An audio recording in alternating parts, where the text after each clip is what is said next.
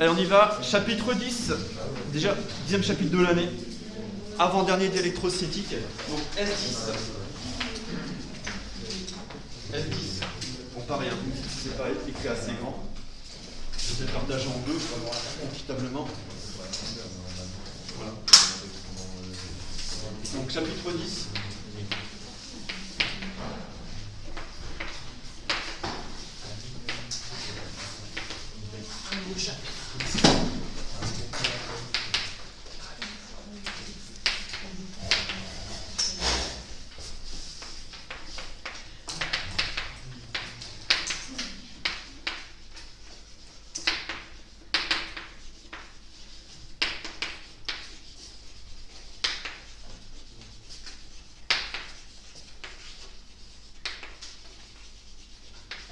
Voilà, long titre de chapitre, 10e chapitre de l'année. On va étudier la réponse d'un oscillateur amorti. Donc on a présenté ensemble lors du précédent chapitre, caractérisé par un EDL d'ordre 2 sous forme canonique, d'accord, avec un facteur de qualité Q, une puissance propre oméga 0. Sauf que cette fois-ci, on va soumettre cet oscillateur amorti à une entrée, à une excitation sinusoïdale. C'est là toute la différence avec les chapitres précédents. Mais vous allez voir, on va reprendre la même rédaction, la même présentation. La seule différence, c'est dans l'entrée. L'entrée ne sera plus de la forme E de t égale grand E, dès lors qu'on ferme l'interrupteur K. Cette fois-ci, on aura une entrée sinusoïdale, d'accord? Donc on n'aura plus une entrée, on n'aura plus un forçage constant, pardon. On n'aura plus E de t égale grand E, mais E de t égale grand E cos oméga t, d'accord? Une entrée sinusoïdale. Et ça va mettre en évidence ce phénomène de résonance dans les deux domaines, mécanique et électrique. D'accord? On y va, Valentin? Vas-y, que ça coupe. Ah, ça coupe? Ouais, c'est saturé. C'est vrai? Ah, d'accord. On y va. Après, c'est peut-être pas le débit, je pense. Donc on y va, Quentin? Réponse d'un circuit RLC série. Alors on va partir du cas le plus simple. Pour nous, le cas le plus simple, c'est un cas d'étude électrique et non pas mécanique. On va reprendre le célèbre circuit RLC série, d'accord? Un circuit RLC série à une excitation sinusoïdale. Donc réponse ici de ce circuit électrique RLC série à une excitation sinusoïdale, donc une entrée, je le répète, qui est différente de tout ce qu'on a vu jusqu'à présent, où cette fois-ci on a du E de t égale grand E cos oméga t. Voilà. On va partir des observations expérimentales. Donc petit a, premier temps, observation expérimentale. Observation expérimentale. Alors dans observation expérimentale, on va refaire le schéma du montage. On va présenter également les conditions initiales. Vous fournir ici les observations que l'on voit sur l'écran d'oscilloscope pour caractériser finalement la réponse d'un circuit RLC série à une entrée ici sinusoïdale. Donc on va le préciser sous forme d'un schéma. Qu'est-ce qu'on impose en l'entrée? Donc à l'entrée, vous allez voir ici à l'entrée, ici, donc le signal d'entrée. Ça sera un signal d'entrée sinusoïdale, d'accord? Donc une entrée que je vais qualifier de sinusoïdale. Vous voyez, une entrée sinusoïdale. Et cette fois-ci, cette entrée sinusoïdale, vous le savez, est imposée par un GBF. D'accord? Voie 1, sortie voie du GBF. Donc ici, imposée par le générateur basse fréquence GBF. Donc là, ici, je souligne de deux traits. La différence fondamentale avec tous les autres chapitres, c'est que l'entrée est sinusoïdale. Tout de suite, je vais formaliser ça sous la forme E, petit e. Rappelez-vous, petit e, c'est l'entrée, E de t. Donc petit e. Rappelez-vous le petit e dans ma loi d'Émaille. Petit e sera égal à grand E. Grand E. Donc ça, c'est réponse à un échelon de tension. C'est ce que vous allez faire avec M. Aubert en élect sur les réponses indicielles. Ce qu'on a fait précédemment. D'accord? Chapitre 9. Là, ce que je rajoute, c'est un cos oméga t. Donc ça sera grand E fois le cos oméga t. Donc ça, j'encadre. Très important. Grand E cos oméga t. Et ce oméga est ce qu'on appelle la pulsation de forçage. D'accord? Oméga est la pulsation de forçage. Et ça, je l'applique à l'entrée d'un système, d'un circuit RLC série. Donc un circuit RLC série, qu'on qualifie également de linéaire. Pourquoi linéaire? puisqu'il est constitué de 3 dipôles linéaires passifs, résistance, bobine, condensateur. Donc vous n'avez plus qu'à l'entrée de ce circuit RLC série linéaire. Et ici, dans le cadre de ce cours, je vais prendre la sortie au bord du condensateur. Donc ce sera la tension de sortie UC2T au bord du condensateur qu'on pourra visualiser en voie 2 de l'oscilloscope. Donc la sortie, ici je vais noter aux bornes du condensateur. Ici, donc au bord du condensateur, ce sera UC2T. D'accord? Donc ici, UC2T. Bon, j'espère que j'écris assez grand. Que ça soit visible. Bon. Maintenant qu'on a fait ça, on va faire le schéma du montage. Ça, vous aurez nécessairement besoin de faire ce schéma du montage avant d'appliquer la loi des vagues. D'accord? Donc schéma du montage, je vais mettre ici. Donc deuxième étape, schéma du montage. Voilà. Le schéma ici du montage. Alors ce schéma du montage, je vais l'accompagner du signal d'entrée, ce qui est important. Rappelez-vous, j'ai mis le schéma du montage à droite et à gauche j'ai fait l'entrée E2T. Bah là je fais la même chose. Donc je vais représenter ici voilà, les variations temporelles de l'entrée E2T. Voilà. L'instant T égale à 0, je vous rappelle, l'origine des temps, c'est l'instant à partir duquel je vais faire l'interrupteur K. L'instant à partir duquel un courant I pourra circuler dans mon circuit série. Sauf que là, c'est grand E cos oméga T. Donc là, ici, donc un signal sinusoïdal, d'accord, d'amplitude grand E, tel qu'à T égale à 0, on prend la valeur d'origine, à T égale à 0, on aura E de T égale grand E. On prend l'amplitude ici, donc on aura grand E, ici. Voilà, on va placer moins grand E. Alors E, c'est la FM, d'accord, rappelez-vous, la force électromotrice exprimée en volts. Et je vais tracer une fonction sinusoïdale d'amplitude. Donc on y va. Donc on va délimiter, ici, comme ceci, pour avoir une amplitude constante, en fait. Et on aura, voilà, ceci. On essaie de respecter la même période temporelle. Voilà. Ici, je remonte là, et donc, comme ceci, voilà. Donc ça, c'est l'entrée E de T. Un signal qui est grand T périodique, oui. La période grand T, n'oubliez pas, grand T égale 2pi sur oméga. Donc je vais faire apparaître ici en bas. Ce sera plus simple pour vous qui êtes à distance. Si je le mets là, vous n'allez rien voir. Je vais mettre là en dessous. Vous voyez la période temporelle. Je notais grand T égale 2pi sur oméga. C'est la période, ici, du signal que vous réglez, rappelez-vous, hein, sur la voie 1 du GBF. Oméga, j'ai peut-être le noté, je dis souvent dans ce cours, oméga c'est la pulsation de forçage, où on force le système à vibrer, à osciller à oméga, d'accord? Donc, ou oméga, je vais noter, oméga, c'est la pulsation de forçage. Donc, exprimé en radians par seconde, homogène à l'inverse d'un temps. Donc, pulsation de forçage. Donc, j'écris ici, pulsation de forçage, imposée par le GBF. Bon. Ce qu'on va faire également, c'est à droite, c'est le schéma du montage. Très simple, d'accord? Pourquoi? Ici, on aura le GBF qui va imposer une tension d'entrée sinusoïdale. Ici, je vais placer l'interrupteur K que je ferme à un instant pris comme origine des temps. Je vais placer ensuite en série RLC. Alors n'oubliez pas, R, je peux modifier à l'ordre de la résistance, hein, ce sont les boîtes à d'éclat de résistance. Donc R variable, je vais mettre une flèche à l'intérieur du rectangle, du symbole normalisé de la résistance. Donc R, résistance, qui plus est variable. Donc comme ceci, rappelez-vous, d'accord? Donc on a le note R, voilà, résistance variable. Ensuite, la bobine d'inductance L. Et ensuite, je vais mettre le condensateur de capacité C. Ici, ouais. Voilà, comme ceci. Donc je place bien en série RLC. Je vais mettre la capacité C du condensateur ici à droite. D'accord?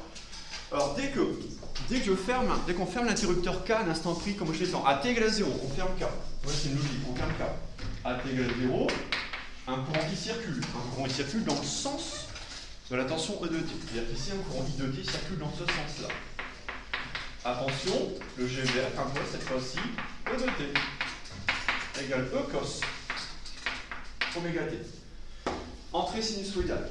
Donc dès que je ferme K, un courant I circule dans ce sens-là, convention générateur pour le GBF. Hein.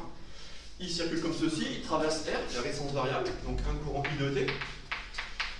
D'accord? Traverse également les condensateur et bobine dans ce sens-là. Et je peux placer, rappelez-vous, les flèches de tension en convention récepteur pour les 3 dipôles linéaires passifs RLC. Donc on y va. UR au bande de R. Donc on a UR, convention récepteur. Alors réception, je vais faire un peu plus petit. Là, au bande de L, je note UL. UL au bande de L. D'accord. Et je vais mettre UC. Ce qui m'intéresse, c'est la tension bande du condensateur. Donc note en bleu, pour ceux qui sont en distance. UR, la tension de bande de R, au sens opposé à I. UL, la tension de bande de L. Et UCO, la tension de bande du condensateur. C'est la tension que je vais observer, d'accord, en voie 2 de l'oscilloscope. D'accord. Bon là, je ne vais pas les placer, j'ai pas suffisamment de place, mais en TP, on placera la voie 2 ici. Voie 2, d'accord. Bon, je peux essayer, je sais pas comment le mettre ici. Vous voyez, voie 2 de l'oscilloscope. Tension de bande de C, le point de masse. Et la voie 1, là j'ai de la place pour mettre la voie 1, c'est la tension qui est issue du GBF. D'accord. Voilà, donc schéma du montage complet qui permettra de poser finalement la loi des mailles et donc établir le DL d'ordre 2 vérifié par UC2T. La tension de sortie est prise aux bornes du condensateur. Donc on vous demandera nécessairement d'établir une DL d'ordre 2 vérifiée par la tension aux bornes du condensateur. Ok. Bien, on va repréciser les conditions initiales, ça c'est très important, donc question de cours, on va toujours les préciser. Donc après le schéma du montage, vous voyez, on retrouve ces 2 conditions initiales. Voilà, conditions initiales. Voilà. Alors, on va rappeler que finalement, avant la fermeture de l'interrupteur K, donc avant la fermeture de l'interrupteur K, ici. Alors, le condensateur, il est initialement déchargé et avant la fermeture de l'interrupteur K est ouvert. Donc aucun courant ne circule dans le circuit. Ça c'est très important. Donc avant la fermeture, j'ai bien avant, c'est-à-dire que en T égale 0-, je précise en fait. Avant la fermeture, c'est en T égale 0-. Juste avant de fermer l'interrupteur, en T égale 0-. Le condensateur ici est initialement déchargé. Donc le condensateur est déchargé. C'est-à-dire UC en 0- égale 0. Donc UC en T égale 0- T égale 0- égale 0. Mais également aucun courant ne circule. Donc le condensateur initialement déchargé et aucun courant ne circule dans le circuit. Aucun courant ne circule. C'est-à-dire le courant I en 0- égale 0. Bien. Donc ça, ce sont le point de départ, les 2 points de départ, hypothèse d'étude. Et toujours les 2 mêmes arguments. Toujours les mêmes arguments. Oui, Enzo, je t'écoute. Par continuité. Par continuité de la tension Du condensateur, ouais. UC0- égale UC0+ égale à 0, très bien. Et ensuite, deuxième argument, par continuité du traversant une bobine, I0- égale 0 égale à 0. Vous l'entendez toujours. Donc on y va, on note, on retrouve. Par continuité de la tension au bord du condensateur, UC0- égale UC0+ égale à 0. Donc on trouve ceci. Je vais mettre en dessous. UC en T égale 0- égale UC en T égale 0+ égale 0. Important de le dire, soit l'oral. Quand même l'écrit sur l'oral, encore. Par continuité ensuite, comme tu l'as dit, Enzo, oui, de l'intensité du courant traversant une bobine. Donc par continuité du courant traversant une bobine, I0- égale I0+ égale à 0 également. Bon. Donc I en T égale 0- égale I en T égale 0+ égale à 0. Ok. Voilà pour mes 2 conditions initiales. Et on n'oublie pas de préciser qu'à T égale 0, on ferme l'interrupteur K. Et la question est toujours la même. Quel est le comportement du système? Et comment va réagir le sel électrique qui initialement est au repos, entre guillemets, et vous venez de perturber par une entrée, par une excitation qui est sinusoïdale. Quel est le comportement du système? D'accord. Donc toujours une question que je vais ici posé ici. Je vais effacer ça. J'ai des caveaux du démontage. Là. Donc ici, à t égale à 0, on ferme ici l'interrupteur K. Donc on ferme l'interrupteur K. Quel est le comportement du système? Voilà. Quel est le comportement du système qui passe d'une situation de repos à une situation où on lui impose une entrée sinusoïdale en E cos oméga t. Alors, donc ça sera le effet de la rentrée, d'accord, l'effet de la rentrée sur la résonance électrique. Je vous donne les observations expérimentales. En couleur. Donc ceux qui sont des distances, ça je vous l'ai envoyé vers 10h30. Vous avez ici 4 pages sur lesquelles figurent les résultats expérimentaux.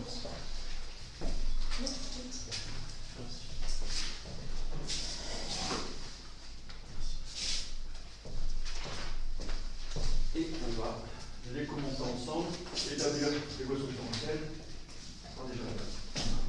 Alors, on y va. Donc là, pour ceux qui sont en distance, on va devoir commenter les 2 premiers graphes, vous voyez, qui sont ici sur cette première page. D'accord? Donc 2 premiers graphes, là, comme ceci. Donc toujours à la suite, dans les observations expérimentales. Donc moi, ce que j'intitule le relevé expérimental. Donc à la suite, un relevé ici expérimental, c'est-à-dire qu'on va commenter les 2 premières figures.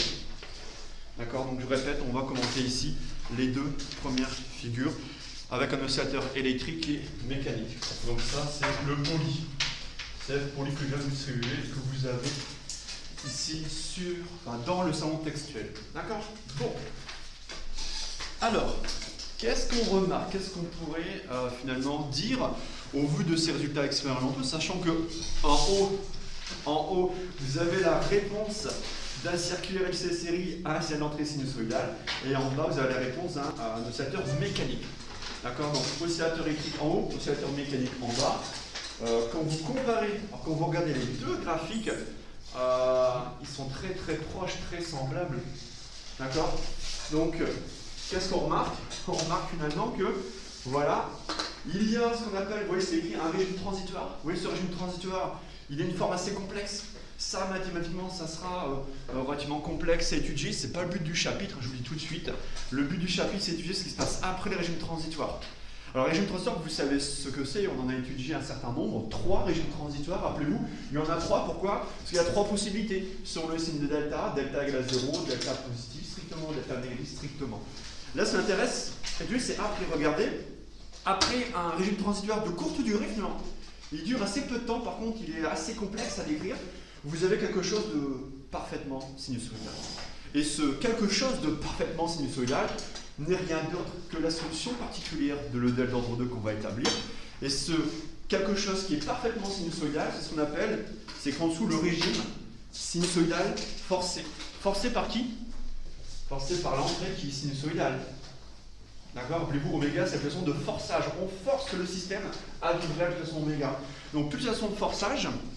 Et vous voyez qu'au bout d'un certain temps, donc c'est de l'ordre de 3 taux, c'est la durée de vie, la durée du régime transitoire. Après un certain temps de l'ordre de 3 taux, vous avez une courbe qui est parfaitement sinusoïdale.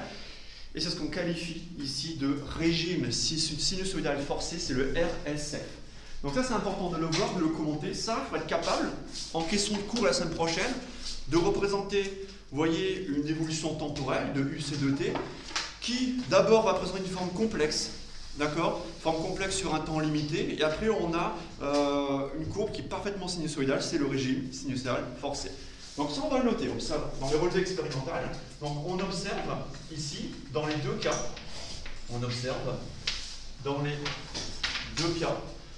d'accord? Je vous rappelle dans les 2 cas que sont les cas mécaniques et électriques. Donc on observe dans les 2 cas. Qu'est-ce qu'on observe? Parenthèse. Premier temps, On observe tout d'abord un régime transitoire. Ce régime transitoire, de forme assez complexe, de durée limitée. Rappelez-vous, de l'ordre de 3 taux. Donc, un régime transitoire. Donc, on observe d'abord un régime transitoire, ici, de forme assez complexe,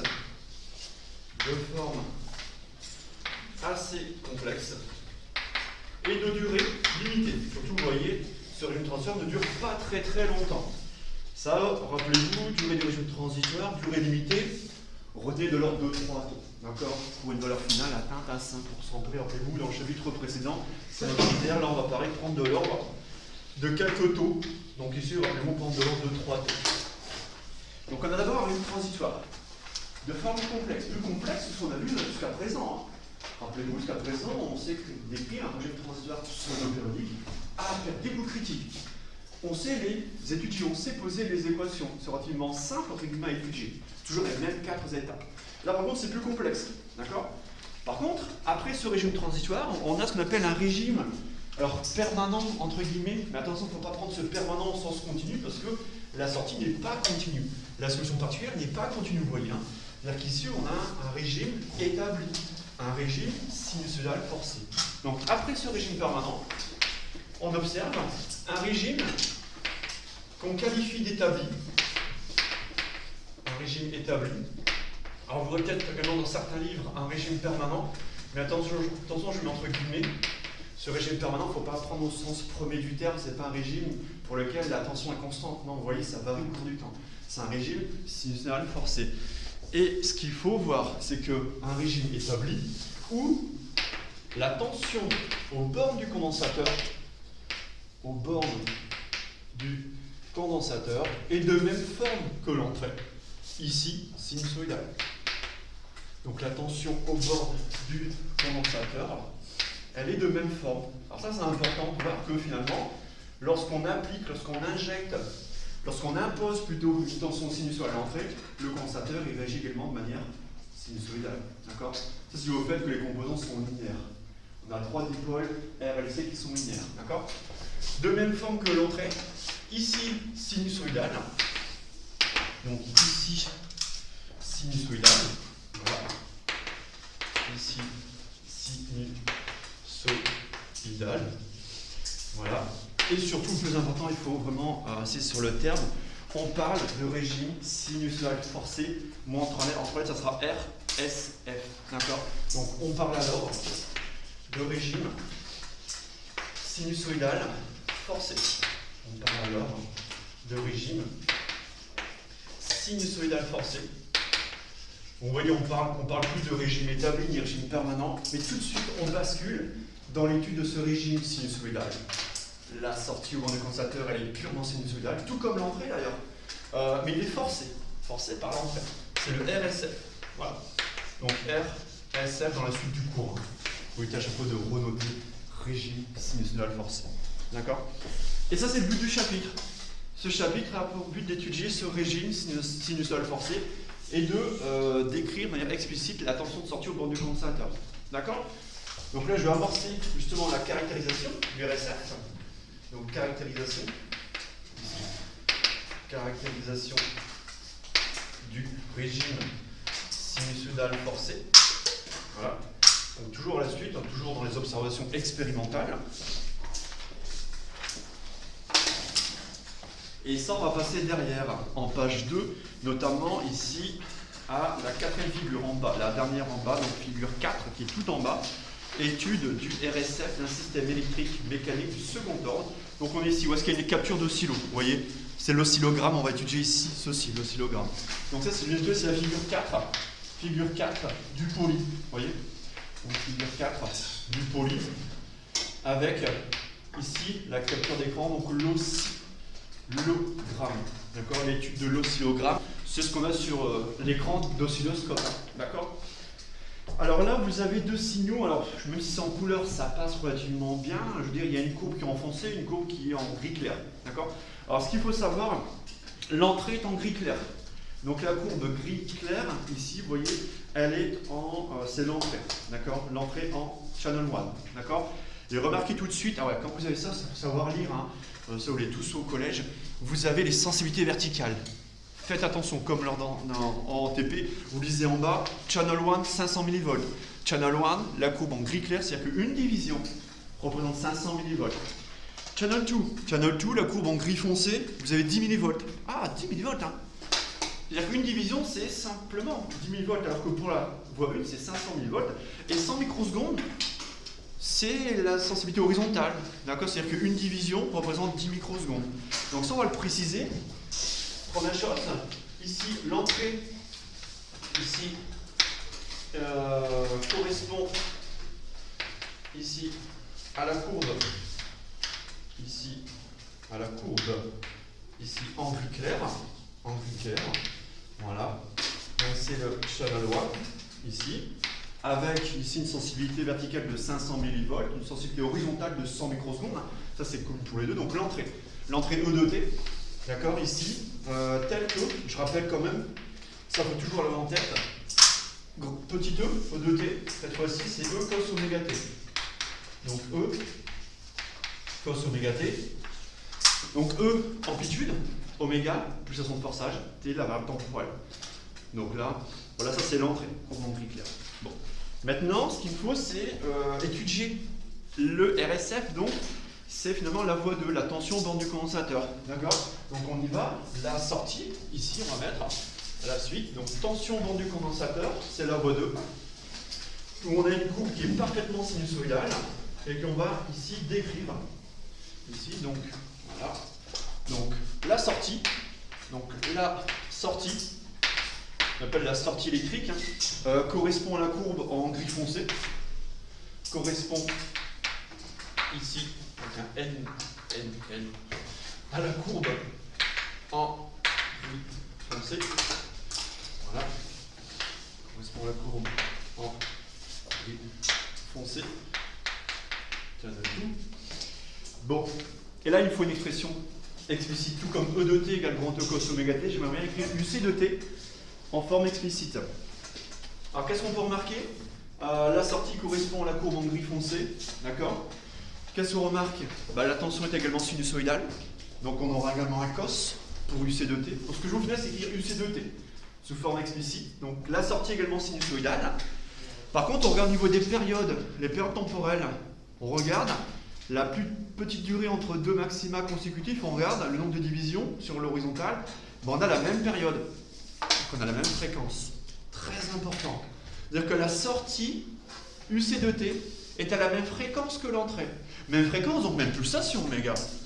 C'est-à-dire qu'ici, ce oméga, pulsation de forçage, pulsation d'entrée, je renote oméga. Oméga est la pulsation du GBF.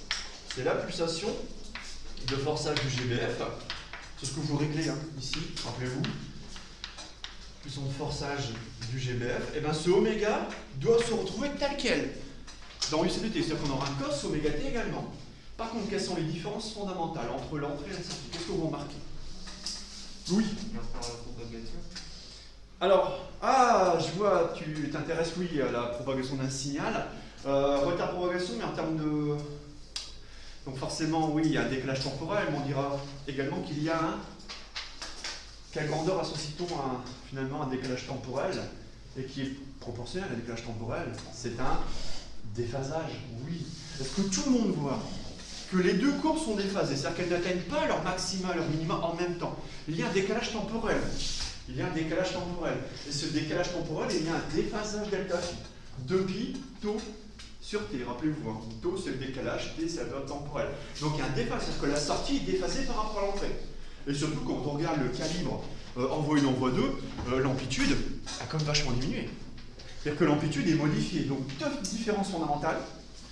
L'amplitude est modifiée, il y a un déphasage. Par contre, on a la même forme, on a un isomorphisme, on a la même forme, on a une fonction sinusoïdale et la même fréquence. D'accord? Donc la sortie correspond à la courbe d'entrée, d'accord? Telle que UC de T, ici, UC de T, soit de même forme, ici, sinusoïdale, ici, et surtout, et de même fréquence, plus important c'est la même fréquence, ici, donc même forme et même fréquence ici, que qui? Que l'entrée. Voilà, donc forme sinusoïdale, même fréquence que l'entrée. Donc premier point, UC de T soit de même forme sinusoïdale et de même fréquence. Par contre, UC de T soit ici d'amplitude différente. Elle est d'amplitude différente. L'amplitude n'est pas la même, vous voyez en voie 2. Et surtout déphasée. Et la sortie est déphasée par rapport à l'entrée. Et déphasée.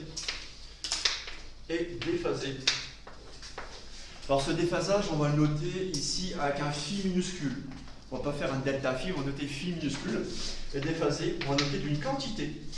Donc j'ai introduit le formalisme d'une quantité phi, tout simplement. Pour l'instant, notre petit phi, le déphasage de la sortie par rapport à l'entrée.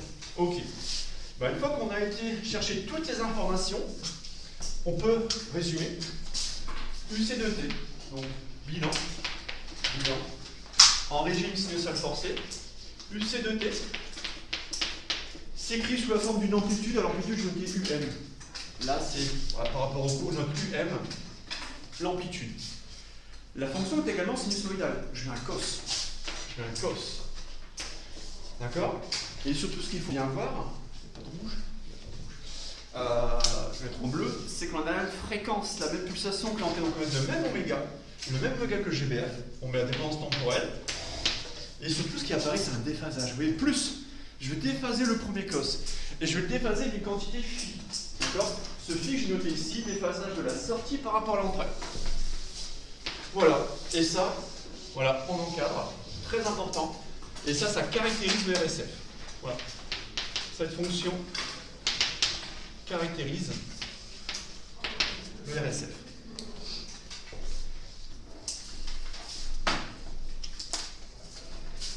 Dernier point, un point expérimental qui est très important, c'est quoi la résonance? Vous avez tous entendu parler de la résonance, même en chimie, hein. La résonance chimique, la résonance mécanique, d'accord? Ça c'est très important de mettre le doigt ici sur cette notion qui est très importante, c'est la résonance ici. Finalement, c'est l'influence de la pulsation d'entrée. Si vous modifiez la pulsation oméga d'entrée, vous aurez une modification des paramètres de sortie. Et ça, c'est derrière. Donc là, les courbes tracées sous Python, qu'on tracera ensemble sous Python, et que vous tracerez également en TP. Qu'est-ce que vous remarquez? Ah bien, ce graphe, il faut savoir le lire. D'accord? Il faut savoir le lire. Vous avez ici plusieurs graphes, notamment celui-ci, le graphe en courant. Qu'est-ce que vous remarquez? Finalement, l'amplitude de sortie, alors IM, amplitude de sortie en courant, et en abscisse, j'ai posé X égale oméga sur oméga 0. Oméga 0, c'est une constante. Donc oméga, c'est bien la variable, c'est-à-dire que là, vous faites varier oméga. En abscisse, j'ai pas le temps. En abscisse, j'ai pas le temps en abscisse, hein. Vous voyez ça, j'ai pas le temps. J'ai oméga en abscisse, j'ai la pulsation de forçage. C'est-à-dire que là, on montre l'influence de la pulsation d'entrée. Et qu'est-ce qu'on remarque? Selon la valeur de la pulsation d'entrée, il existe une pulsation qu'on appelle pulsation de résonance, pour laquelle l'amplitude de la tension de sortie ou du courant de sortie va passer par un maximum. C'est la résonance. Donc ça, on le note. Dernier temps,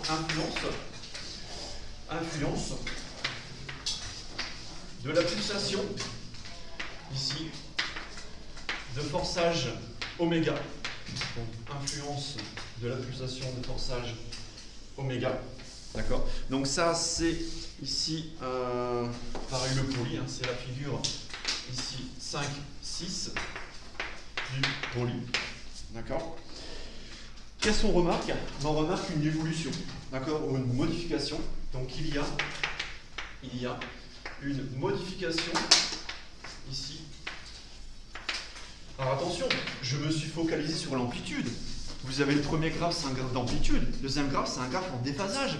Et ce déphasage, il évolue également avec oméga. Donc ce qu'il faut retenir, c'est que finalement, il y a évolution de l'amplitude et du déphasage. Donc une modification de l'amplitude UM, et du déphasage phi. Voilà. Donc modification de l'amplitude et du déphasage phi. D'accord? lorsque ici oméga varie, lorsque ici la pulsation du GBF varie, la pulsation oméga du GBF varie. Autrement dit, l'amplitude UM, ça signifie quoi mathématiquement? L'amplitude dépend d'oméga. Oui, dépendance en oméga. Et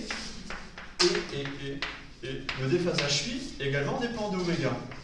C'est-à-dire que finalement, c'est un peu plus complexe que cela. Ça, c'est bien, mais il y a encore mieux. C'est-à-dire qu'en fait, l'amplitude UM et le déphasage phi dépendent de la pulsation oméga imposée. Donc, c'est-à-dire, on revient à notre solution en RSF, UC de T égale UM, alors je laisse de la place, cos oméga T plus phi.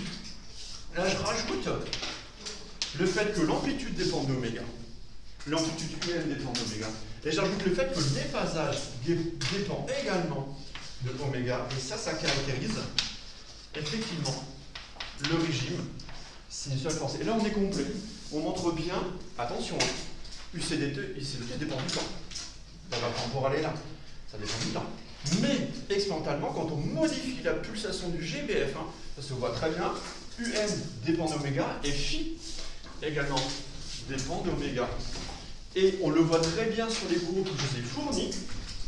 Il existe une pulsation ou une fréquence pour laquelle l'amplitude UM passe par un maximum, c'est la fréquence de résonance. Donc il existe ici donc une pulsation et donc également une fréquence. Alors je vais dire cette pulsation oméga R. R pour résonance. Et s'il y a une pulsation, il y a également une fréquence. Oméga égale 2πr. F indice R.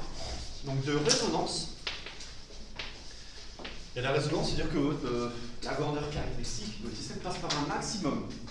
Ça passe par un maximum d'amplitude. Et là, c'est le cas. On le voit sur le graphe, il existe une pulsation ou une fréquence de résonance pour laquelle l'amplitude de la réponse en tension ou en courant, donc l'amplitude de la réponse, ici, alors il y a deux réponses, soit en tension, soit en courant. Je vais prendre celle en tension, UM, passe par un maximum. Ouais, ça passe par un maximum.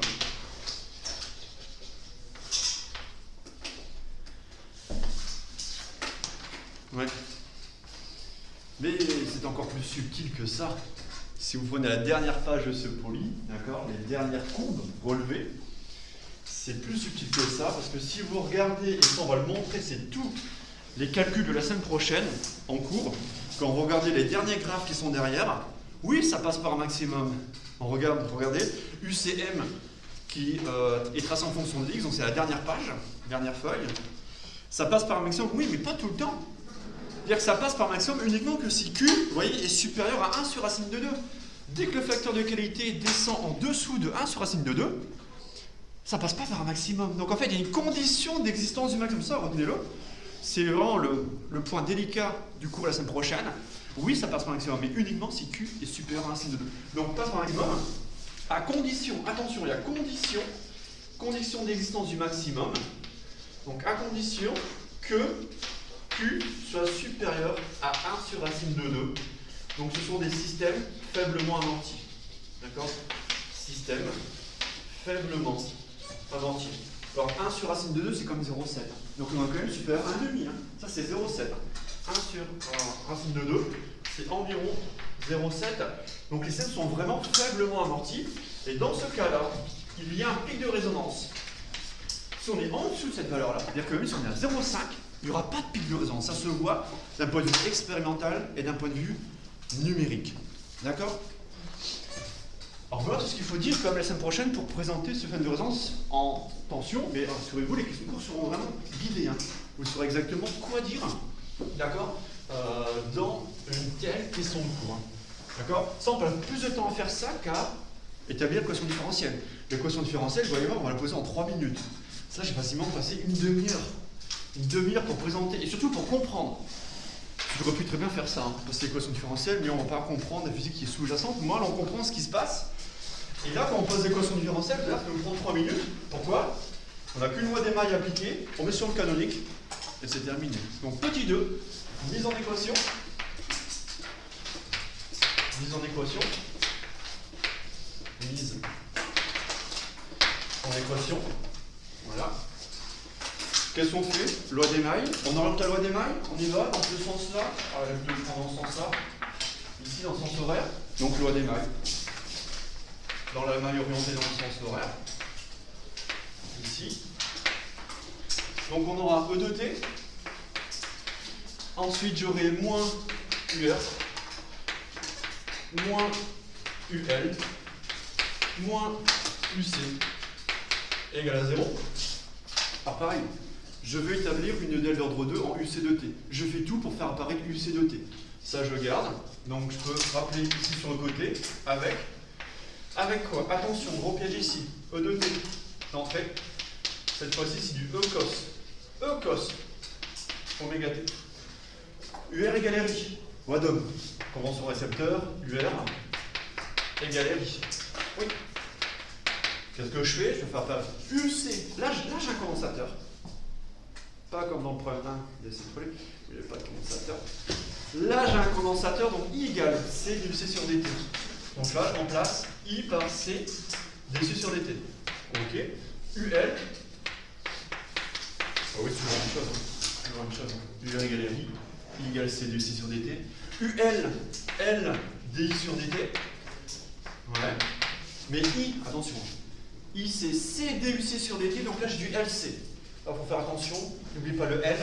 L, C, dérivée seconde de UC par rapport au temps. Ouais. Ça, c'est l'équation 1 que je vais réécrire ici en dessous. Je réécris comment? E cos oméga t. Ouf, je vais mettre toutes les tensions ici à droite. Donc, j'aurai RC. On y va. RC. DUC sur DT. Plus LC. Dérivée seconde de UC par rapport au temps. Plus UC de T égale E cos oméga T. Voilà. Qu'est-ce qu'on fait ensuite? On va diviser par LC les deux membres de l'équation pour la mettre sous forme canonique et introduire oméga 0 au carré et Q. On y va. Donc ça, c'est équivalent à dire, et je vais ordonner par dérivée décroissante, donc dérivée seconde de UC par rapport au temps. Donc dérivée seconde de UC par rapport au temps. Donc RC divisé par LC, ça donne R sur L, d'accord? DUC sur DT. Plus, attention, je divise par LC. Donc plus 1 sur LC UC égale, attention, 1 sur LC E cos oméga T. Donc à droite également, je divise par LC. 1 sur LC cos oméga T. Et la même chose, vous allez poser oméga 0 carré égale 1 sur LC. Le terme devant la dérivée d'ordre 1, oméga 0 sur Q, R sur L. Vous allez faire apparaître Q égale L, oméga 0 sur R. Pour faire apparaître la forme canonique, pareil, bon, UC, donc dérivée seconde de UC par rapport au temps, plus oméga 0 sur Q, DUC sur DT, plus oméga 0 carré, oméga 0 carré UC, égale oméga 0 carré E, cos oméga T. On encadre, on commente. Équation différentielle linéaire d'ordre 2, à quoi F constant? À second membre variable. Second membre variable, ça on le note. E del d'ordre 2, à second membre variable. Donc la tension de second membre est variable. Pourquoi elle est variable? On a du cos oméga T. Second membre variable, il dépend du temps. Voilà, ici, second membre variable. Pourquoi? On a ceci. Ne pas l'oublier, ce second membre qui est variable. D'accord? Il me reste juste 5 minutes de commentaires. On le fera cet après-midi en TD. D'accord? Là, on va manger tranquillement. Voilà, pour moi ce matin, on est là.